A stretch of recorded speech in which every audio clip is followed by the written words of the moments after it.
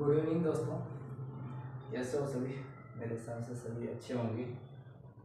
आज next topic की बात करेंगे अपना, वही उसको आगे बढ़ाते हुए इसी के बारे में डिस्कस करेंगे, बाल विकास के बारे में। कल हमने डिस्कस किया था कि बाल विकास के अंदर अर्थ क्षेत्र परिभाषाएँ, इसके अभिवृद्धि और विकास, ग्रोथ एंड डेवलपमेंट के बारे में बात करेंगे और इसके पहलू के बारे में बताया था मैंने। शारीरिक विकास, मानसिक विकास, संवेगात्मक, नैतिक, ये सारी चीज़ें। और आज इसके बारे में अपन एक एक करके इसको वो चीज़ें ही पढ़ाऊँगा जो आपके एग्ज़ाम में आने वाली है, एग्ज़ाम को कहीं ना कहीं सपोर्ट करती है। एग्ज़ाम में बीते पेपरों को देखें तो कई बार क्वेश्चन यहाँ से पुटअप एज इट इज हुए हैं, तो आप लोगों को उसी को ध्यान में रखते हुए मैं वीडियो बना रहा हूँ। मात्र अपने पास 44 दिन है, 44 डेज, और अपन ज़्यादा टाइम वेस्ट नहीं करते हुए अपन टॉपिक की तरफ बढ़ेंगे। आज मतलब बाल विकास के अंदर बहुत सारी अपने को पता है परिभाषाएं। अब इतने स्टेटमेंट और इतने को याद करना पॉसिबल नहीं आपके लिए भी, और एक क्वेश्चन या दो क्वेश्चन फिक्स है परिभाषा से आएगा, 100% आएगा। तो बाल विकास के अंदर कौन सी इम्पोर्टेंट है, तो वर्ग कहता है कि जन्म पूर्व से लेकर परिपक्वता तक, मतलब जन्म जब होता है बच्चे का, पेट से बाहर निकलता है, उससे पहले से लेकर परिपक्व, जब मैच्योर हो जाता है बच्चा, उसका बॉडी शारीरिक रूप से मैच्योर, तब तक उसका विकास होता रहता है। क्रो एंड क्रो कहता है कि गर्भावस्था से लेकर किशोरावस्था के प्रारंभ तक, मतलब गर्भावस्था मतलब अंदर है बच्चा पेट के अंदर, उसके बाद किशोरावस्था के प्रारंभ, किशोरावस्था आपको पता है कि 12-13 से स्टार्ट होता है, वहाँ तक उसका विकास होता है। इसका जो जनक है, बाल विकास का जो जनक है, उस स्टैनले हॉल को बताया गया है। किसको? Stanley hall. और इसके मतलब बारे में विचार जो किया था वो कॉमनियस ने किया था, कॉमनियस। तो उसके बाद अब आगे देखेंगे बाल विकास के कुछ आयाम है, वो आयाम कितने हैं? 8 आयाम। इसके बारे में अपन जानकारी करेंगे कि कौन कौन से। शारीरिक विकास, आपको पता है शारीरिक मतलब फिजिकल डेवलपमेंट, शब्द से ही पता लग रहा है कि फिजिकल मतलब बॉडी से रिलेटेड है, मतलब बॉडी को का कैसे डेवलपमेंट हो रहा है उसके बारे में। शरीर के अंगों, हाथ पैर, ये सारी चीज़ें, पूरे इंद्रियों का विकास, वो किस में आएगा? शारीरिक विकास के अंदर। उसके बाद बात करेंगे नेक्स्ट मानसिक विकास, मेंटल डेवलपमेंट। मेंटल डेवलपमेंट मतलब जो भी आपकी तार्किक चिंतन, मनन, वर्गीकरण, तुलना करना, ये सारी चीज़ें इसमें आएगा मानसिक विकास के अंदर। उसके बाद नेक्स्ट देखेंगे सामाजिक विकास। सामाजिक विकास में मतलब समाज की बात कर रहा, सोसाइटी डेवलपमेंट, तो समाज से क्या लेते हैं, क्या सीखते हैं अपन, वो सारी चीज़ें इसके अंदर आएगा।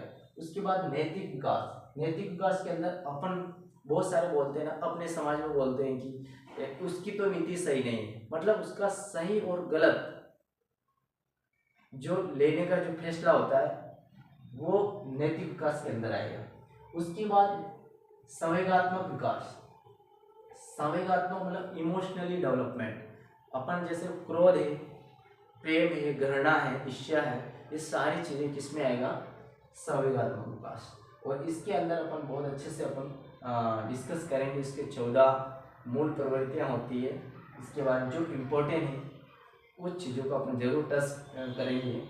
उसके बाद मनोवैज्ञानिक कारक। अपने मनोवैज्ञानिक कारक कौन से हैं जिसकी वजह से अपने प्रभावित होता है? मनोवैज्ञानिक जैसे आपको पता होगा कि ऐसी बहुत सारी चीज़ें होती जो अपने को प्रभावित करती। भाषा विकास। भाषा विकास अपने बहुत सारे मातृभाषा का प्रभाव पड़ता है कहीं ना कहीं सीखने में।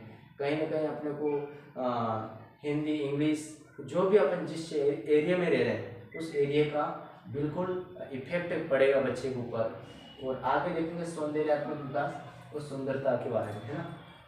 तो उसके बाद आगे नेक्स्ट बात करेंगे अपन अभिवृद्धि एंड विकास, मतलब ग्रोथ एंड डेवलपमेंट। अब ग्रोथ एंड डेवलपमेंट से नाम से ही पता लग रहा है, ग्रोथ मतलब फिजिकली डेवलपमेंट, अपना जो स्ट्रक्चर है इस स्ट्रक्चर के बारे में।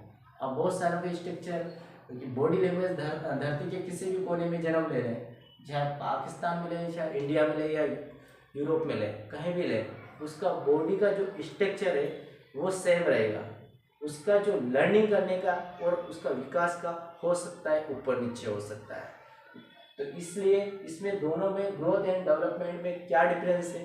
अब तो पहली चीज़ तो इसका सतत नहीं होता है, ये मतलब एक निश्चित सीमा के बाद में इसका ग्रोथ रुक जाता है। आपको पता है ऐसा नहीं जिंदगी भर तक अपन जितने मतलब उम्र तक बढ़ रहे हैं वैसा मतलब अपना जो फिजिकल स्ट्रक्चर है वो बढ़ता रहेगा, ऐसा होता है क्या? नहीं होता है। नहीं तो बहुत बड़े हो जाते हैं, 10 फीट 15 फीट ऐसे हो जाते हैं, लेकिन नहीं, ऐसा नहीं होता है, क्योंकि एक निश्चित सीमा होती है। और इसके बारे में जीन पियाजे बोलता है कि 16 वर्ष तक अपना विकास होता है, स्ट्रक्चर शारीरिक विकास। और इसमें अपने को मात्रात्मक मतलब माप सकते हैं अपने बॉडी का, कितनी लंबाई है, कितना वजन है, ये मात्रात्मक है फिजिकली। और विकास डेवलपमेंट इसका मात्रात्मक भी होता है, गुणात्मक भी होता है। क्वांटिटी और क्वालिटी दोनों चीज इसके डेवलपमेंट के अंदर आती है। आगे देखेंगे परिपक्वता, मैच्योर। जब तक बच्चा मैच्योर नहीं होगा तब तक अधिगम नहीं कर सकता है, तो उसकी मैच्योरिटी बहुत प्रभावित करेगी। अब मैं आपको छोटी सी बात बताऊंगा, जैसे कि छोटा सा बच्चा है कि 2 से 3 वर्ष का बच्चा है, उसको बोलेंगे कि साइकिल चलाओ, कैसे चलाएगा बताओ? नहीं चला सकता है। क्यों? क्योंकि मैच्योरिटी नहीं है, मैच्योरिटी अभी प्राप्त नहीं की। जब तक उस मैच्योरिटी नहीं होगी तब तक वो अधिगम नहीं कर सकता है ऐसी चीज़ें। तो क्योंकि मैच्योरिटी होगा तो मतलब अधिगम करेगा, मतलब तो यह परिपक्वता यहाँ पे होती है। उसके बाद यहाँ पे सतत चलती है विकास जो है, डेवलपमेंट जो जिंदगी भर चलता है। कैसे? कभी मानसिक विकास में बहुत सारी चीज़ें अपन सीखते रहते हैं। आपको पता है कि अपन चिंतन करते हैं, तुलना करते हैं, वर्गीकरण करते हैं, किसी से कुछ न कुछ सुबह से लेकर शाम तक मतलब कुछ न कुछ नया सीखते रहते हैं, कुछ न कुछ अपन उसको सीखते रहते हैं। तो वो ही अपना विकास के अंदर आएगा। आगे देखेंगे एकीकृत, मतलब ये मतलब जो ग्रोथ है वो एक साथ लेकर नहीं चलता है सभी को। कैसे? कि शारीरिक, मानसिक, संवेगात्मक, नैतिक सारी चीज़ों को एक साथ लेके नहीं चलता है ग्रोथ। और ये जो है विकास उस सभी को साथ में लेके चलता है। आगे देखेंगे संरचनात्मक ढांचा, मतलब मैंने पहले ही बोला है कि स्ट्रक्चर और स्ट्रक्चर। अब आपको नहीं समझ में आ रहा होगा कि संरचनात्मक ढांचा क्या है, तो आप इंग्लिश वर्ड जरूर देख सकते हैं इसके। साइकोलॉजी ऐसी सब्जेक्ट है जहाँ पे नहीं समझ में आ रहा था, अपन क्या कर सकते हैं, उसका वही क्वेश्चन का उसका इंग्लिश वर्ड पकड़े, इंग्लिश का उसमें ट्रांसलेट देखें, आपको जल्दी समझ में आ जाए। तो इसका होता है स्ट्रक्चर। तो स्ट्रक्चर में पूरा बॉडी का स्ट्रक्चर की बात कर रहा है, और ये है स्ट्रक्चर भी होता है साथ में कार्य भी करता है। नेक्स्ट देखेंगे रेखीय, मतलब जो ग्रोथ है वो रेखीय होता है, बिल्कुल चलता रहता है। बताओ, चाहे तूफान आए, आंधी आए, कुछ भी आए, क्या ग्रोथ अपने जो फिजिकली पैदा हुए उसके बाद रुक सकता है? नहीं रुकेगा। क्यों? क्योंकि जब जन्म हुए तो उसके बाद उसका डेवलपमेंट मतलब विकास है वो परिपक्वता जब तक प्राप्त नहीं करता तब तक वो चलता रहता। लेकिन विकास के अंदर वर्तुलाकार स्पाइरल, इसको इंग्लिश में बोलेंगे स्पाइरल मतलब जैसे कभी तो शारीरिक विकास अच्छा हुआ, कभी मानसिक विकास अच्छा हुआ, कभी नैतिक विकास अच्छा हुआ, कभी सामाजिक अच्छा हुआ, कभी अच्छा से सोच पा रहे हैं, समझ पा रहे हैं, उसका आंसर दे पा रहे हैं, कभी नहीं दे पाते हैं। तो मतलब उतार चढ़ाव आता है, इसके अंदर अप डाउन होता है इस विकास के अंदर। आगे देखेंगे प्रत्यक्ष, अपन डायरेक्टली अपन देख सकते हैं। देखो आपके जैसे मैं खड़ा हूँ यहाँ पे, तो आप प्रत्यक्ष रूप में मुझे देख पा रहे हो कि मतलब हाँ सर मतलब पढ़ा रहे हैं उनको, मतलब जो है स्ट्रक्चर है उनका, ढांचा है उनका, बॉडी का ढांचा है वो प्रत्यक्ष देख पा रहे हैं। तो इसलिए अपन क्या स्ट्रक्चर मतलब प्रत्यक्ष रूप से देख पाते हैं, इसको बॉडी से शारीरिक विकास को देख सकते हैं, लेकिन मानसिक विकास को सिर्फ फील कर सकते हैं। क्या कर सकते हैं? अनुभव कर सकते हैं और इसका मूल्यांकन कर सकते हैं। ठीक है, ये जो आपके लिए काफ़ी है, बाकी बहुत सारी चीज़ें होती है, लेकिन ये जो चीज़ें हैं जो अभी तक एग्जाम में पूछी गई, कई बार पूछी गई, मात्रात्मक, परिमाणात्मक, एकीकृत, संरचनात्मक, रेखीय, प्रत्यक्ष, ये सारी चीज़ें। आगे बात करेंगे विकास के कुछ सिद्धांत होते हैं। सतत विकास। विकास आपको नाम से ही पता लग रहा होगा, सतत का मतलब होता है अनवरत, कंटिन्यू, बहुत सारे शब्द आ सकते हैं। लगातार, तो सतत मतलब लगातार विकास चलता रहता है। विकास आज मतलब किसी का मानसिक विकास की बात कर रहे हैं अपन। विकास की बात आ गई जहाँ पर मांसपेशियों की बात आ गई, मतलब मांसपेशियों की हमेशा इसका मतलब डेवलपमेंट होता रहेगा जिंदगी भर, मतलब जब तक अपन जिंदा है तब तक। अधिगम भी ऐसा ही है और विकास भी ऐसा ही है। तो यहाँ पर विकास लगातार चलता रहता है, ऐसा पियाजे कहता है। लेकिन वाइगोस्की और एक और है बांडुरा, ये कहते हैं कि मतलब असतत होता है। लेकिन ज़्यादा जो माना है वो पियाजे को माना है कि विकास चलता रहता है। गति की भिन्नता, मतलब गति की भिन्नता कैसे कि मतलब जैसे आज जो छोटा बच्चा होता है उसको शिशुअवस्था की बात करें तो उसका विकास फास्ट होता है, बहुत फास्ट होता है। आपने देखा हो कई बार कि बहुत जल्दी बड़ा होता है। लेकिन उसके बाद जैसे 2-4-5 वर्ष का हुआ उसके बाद उसका मतलब एक फिक्स हो जाता है, धीरे धीरे बढ़ता है। कब तक? बाल्यावस्था, मतलब 12-13 तक। उसके बाद वापिस फास्ट, दाढ़ी मूंछ आना, बॉडी में अचानक से परिवर्तन आना, हार्मोन्स चेंज, ये सारी चीज़ें। तो इसमें गति में भिन्नता आती है। आगे देखें सेफेलोपोडल। सेफेलोपोडल का मतलब होता है कि अपना जो विकास है, अपना जो जन्म होता है कि वो सर से पैर की ओर होता है। शीर्ष गामी भी बोलते हैं, उसके बाद सेफेलोपोडल भी बोलते हैं, उद्भर भी बोलते हैं इसको, और बहुत सारे नाम होते हैं। लेकिन आपको इंग्लिश में देखने को मिलेगा सेफेलोपोडल।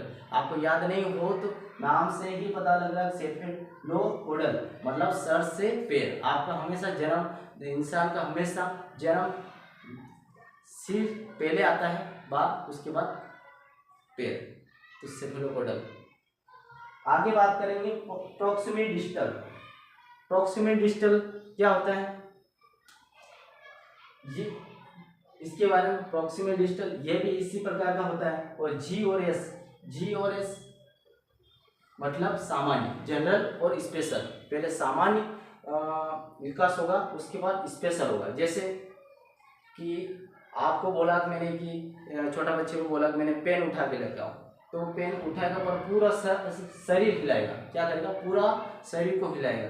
लेकिन जैसे वो समझदार होगा तो क्या करेगा? उसको पता है कि हाथ से ही अपने को काम हो सकता है, पूरी बॉडी को नहीं हिलाएगा। तो मतलब पहले सामान्य क्रिया करेगा, उसके बाद स्पेशल करेगा। उसके बाद नेक्स्ट देखेंगे अधिगम और परिपक्वता, मतलब लर्निंग और मैच्योरिटी। लर्निंग और मैच्योरिटी एक दूसरे के मतलब आप कह सकते हो पूरक है। जब तक आप मैच्योर नहीं हो सकते तब तक अधिगम नहीं कर सकते। छोटा बच्चा होता है, आपको पता है कि उसको 1 साल का बच्चा है, उसको बोलेंगे कि साइकिल चला या ये गाना, कोई गाना सुना रहे, इसको बोलेंगे कि इस गाने ने क्या बोला, तो नहीं बता पाएगा। क्यों नहीं कर पाएगा? क्योंकि उसको मैच्योर नहीं है। तो पहले मैच्योरिटी जरूरी है, उसके बाद वो अधिगम कर पाएगा। आगे देखेंगे वंशानुक्रम और वातावरण, बहुत ज़्यादा इम्पोर्टेंट है। कई बार क्वेश्चन आता है उसको प्रभावित करने वाले कारक में वंशानुक्रम, वातावरण, ये सबसे ज़्यादा रोल निभाता है। आपने सीईटी और सीटेट के एग्जाम में देखा होगा, कई बार पूछते हैं। तो प्रभावित करने वाले कारक में सबसे ज़्यादा वंशानुक्रम और वातावरण। अपना जैसे कई बार होता है कि माता पिता लंबे थे तो बच्चे भी लंबे।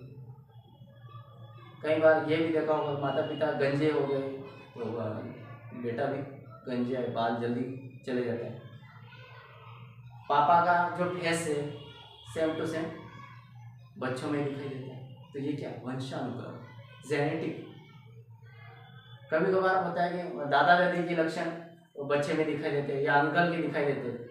मुझे भी बोलते थे कि यार कि सेम टू सेम तुम्हारे मम्मी के लक्षण हैं, मम्मी के जैसे दिखते हो। तो ये होता है, बिल्कुल बहुत सारे होता है। कई बार मैंने भी देखा है, आपने भी देखा होगा अपने आसपास पड़ोसी में। और वातावरण आसपास का इफेक्ट बहुत ज़्यादा डालता है। कैसे? जैसे पैदा हुए अपने यार दोस्त संगति में जैसे अपन रहेंगे वैसे ही अपने को सीखने को मिलेगा। जैसे अपने दोस्त हैं जैसे अपन सीखेंगे तो मतलब वातावरण बहुत ज़्यादा इफेक्ट डालता है। वंशानुक्रम से ज़्यादा वातावरण मानते हैं, क्योंकि जैसी संगति वैसी उसकी परिणाम मिलेगा। तो थैंक यू दोस्तों, आज के लिए इतना ही। आपने इसको समझने की कोशिश की होगी। देखो, इसको रिलैक्स माइंड में समझने की कोशिश करना, क्योंकि मैं इतनी चीज़ें बता रहा हूँ जितनी आपको मतलब काम की है। बाकी तो क्या बताने की बहुत सारी चीज़ें बता सकता हूँ, लेकिन आपके लिए मुझे लगता है कि जो 44 दिन रहे उसके लिए इनफ है, और यहाँ से ही क्वेश्चन आ जाएगा। और आपको क्या करना है, जैसे ही टॉपिक करवा रहा हूँ उसके बाद आप पुराने पेपरों को जरूर देखें, वहाँ से आपको पता लगेगा क्वेश्चन कैसे आ रहा है। ओके, थैंक यू दोस्तों।